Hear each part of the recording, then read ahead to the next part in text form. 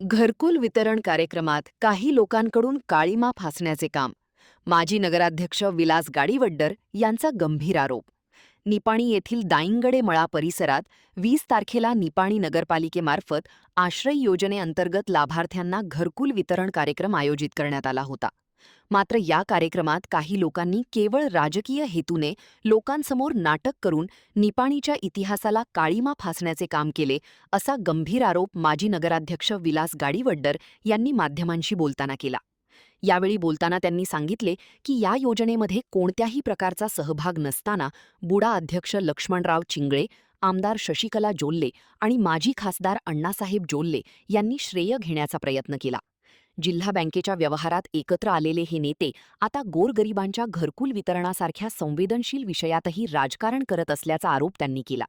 गाडीवड्डर पुढे म्हणाले की ही योजना 2017 साली मी नगराध्यक्ष असताना दिवंगत माजी आमदार काकासाहेब पाटील यांच्या मार्गदर्शनाखाली आणि तत्कालीन जिल्हा पालकमंत्री रमेश जारकीहोळी यांच्या सहकार्याने सुरू करण्यात आली होती. त्यावेळी नगरपालिकेतील सर्व नगरसेवकांना विश्वासात घेऊन निपाणी शहरात भाड्याच्या घरात राहणाऱ्या नागरिकांचे सर्वेक्षण करण्यात आले. त्यानंतर लाभार्थ्यांची यादी तयार करून ती नगरपालिकेमार्फत जिल्हाधिकारी तसेच राजीव गांधी हाऊसिंग समितीकडे सादर करण्यात आली होती. त्यास मंजुरीही मिळाली होती.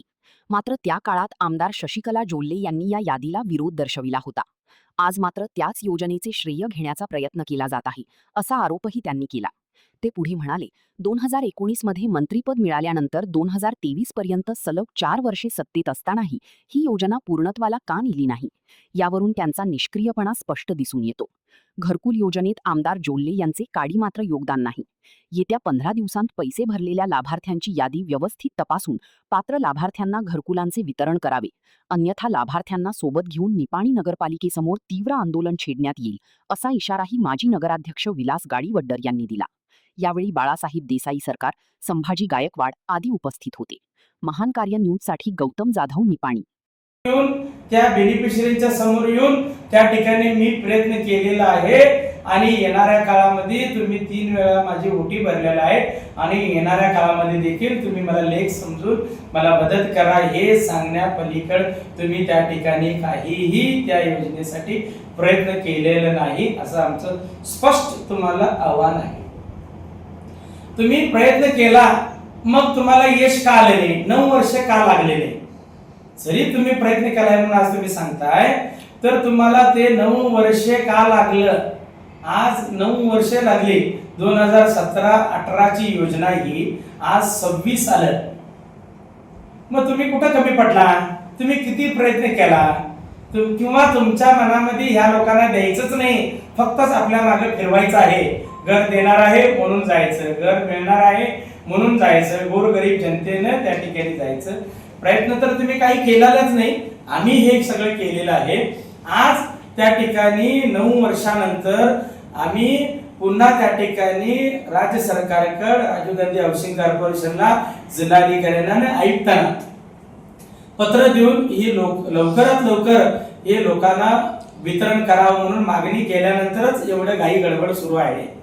हे सुरू असताना हे द्यायचं नाही म्हणूनच तुम्ही दोघांनी मिळून गोंधळ घातलेला आहे.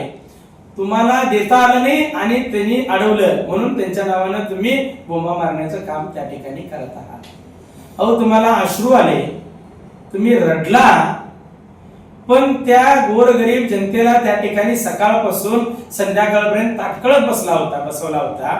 त्यांना त्या ठिकाणी साधे जेवणाची व्यवस्था करणं, अहो तुमच्या खिशातले पैसे नको होते, नगरपालिकेच्या वतीने तुम्ही त्या व्यवस्था करायला पाहिजे होता. नाही, त्या लोकांचं तुम्हाला देणं घेणंच नव्हतं.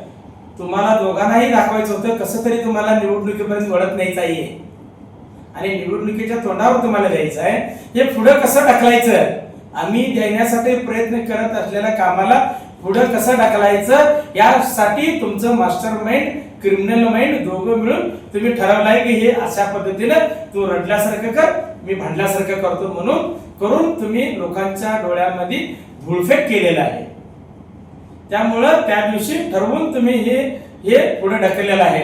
नाही तर जिल्हाधिकाऱ्यांच्या कार्यालयामधून, राजीव गांधी हाऊसिंग कॉर्पोरेशन मधून हे लवकरात लवकर वितरण करा म्हणून अधिकाऱ्यांचं, कमिशनरवर प्रेशर आहे आणि हे आणून पाडण्यासाठी तुम्ही ते नाटक केलेलं आहे.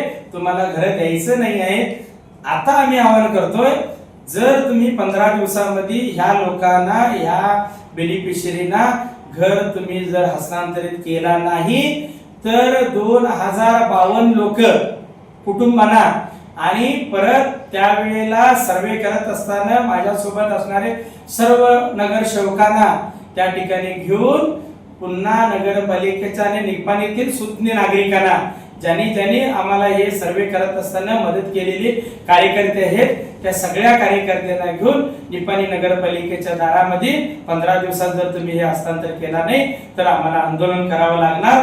तुम्हाला आम्ही याद्वारे आणि आयुक्तांना देखील आम्ही आज पत्र दिलेलं आहे. त्यामध्ये 6 कंडिशन आम्ही घातलेल्या आहेत की सर्वे कसा व्हावा, कारण आम्ही केलेले सर्वे हा निस्वार्थीपणानं निपाणी गावातील लोकांना ज्याचं घर नाही त्याचं घर त्या ठिकाणी मिळावं म्हणून केलेलं होता. तुम्ही मात्र तुमच्या बगल बच्चांना मिळावं म्हणून त्या ठिकाणी स्वार्थ दाखवालाय, म्हणून स्वार्थापोटी तुम्ही हा पुढे झाकून ठेवण्याचं काम त्या ठिकाणी चालू आहे.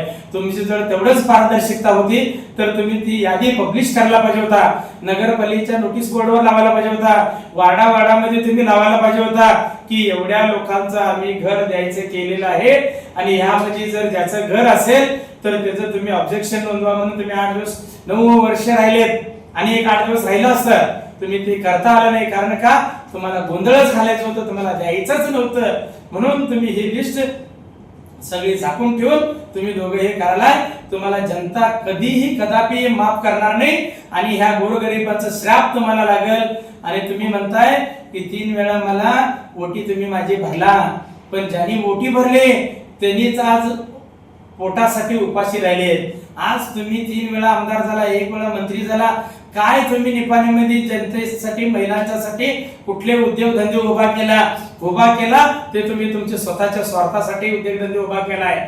तुम्ही उभा केला, तुमच्या शिक्षण संस्था उभा केलाय. आज आम्ही शाळा त्या ठिकाणी उभा केल्या, की सरकारी शाळा उभा केल्या. आम्ही सरकारच्या माध्यमातून नगरपालिकेच्या माध्यमातून गोरगरिबांना हे शाळा त्या ठिकाणी मिळावं म्हणून त्या शिक्षण मिळावं म्हणून आम्ही केले. तुम्ही मात्र पैसे मिळवण्यासाठी तुमचे शिक्षण संस्था त्या ठिकाणी उभा केलाय. तर हे तुम्हाला जनता येणाऱ्या काळामध्ये माफ करणार नाही. वोटी तुमची 3 वेळा भरले, तुम्ही त्याचं काय परतफेड केला नाही म्हणून तुमच्या जावयाना ह्या वेळेला 24 मध्ये लोकांनी नाकारलेला आहे. येणाऱ्या काळामध्ये तुम्हाला देखील नाकारतील एवढा विश्वास जनतेवर माझा आहे. आणि जनतेचं काम करायचं असेल तर निस्वार्थीपणाने केलं पाहिजे. स्वार्थ ठेवून तुम्ही काम करू नका. जनता कधीही तुम्हाला खपवून घेणार नाही. आणि राहिलेल्या गोष्टी परत आणि भरपूर मला सांगायचं आहे, पण आज एवढंच या माध्यमातून तुम्हाला आवाहन करू इच्छितो. 15 दिवसात तुम्ही काही दोघं करा, पण 15 दिवसामध्ये येणाऱ्या तुम्ही जर हे हस्तांतर केलं नाही तर आम्ही त्या ठिकाणी नगरपालिकेच्या दारात आम्ही त्या ठिकाणी आंदोलन करू. एवढंच या ठिकाणी तुम्हाला सांगतो.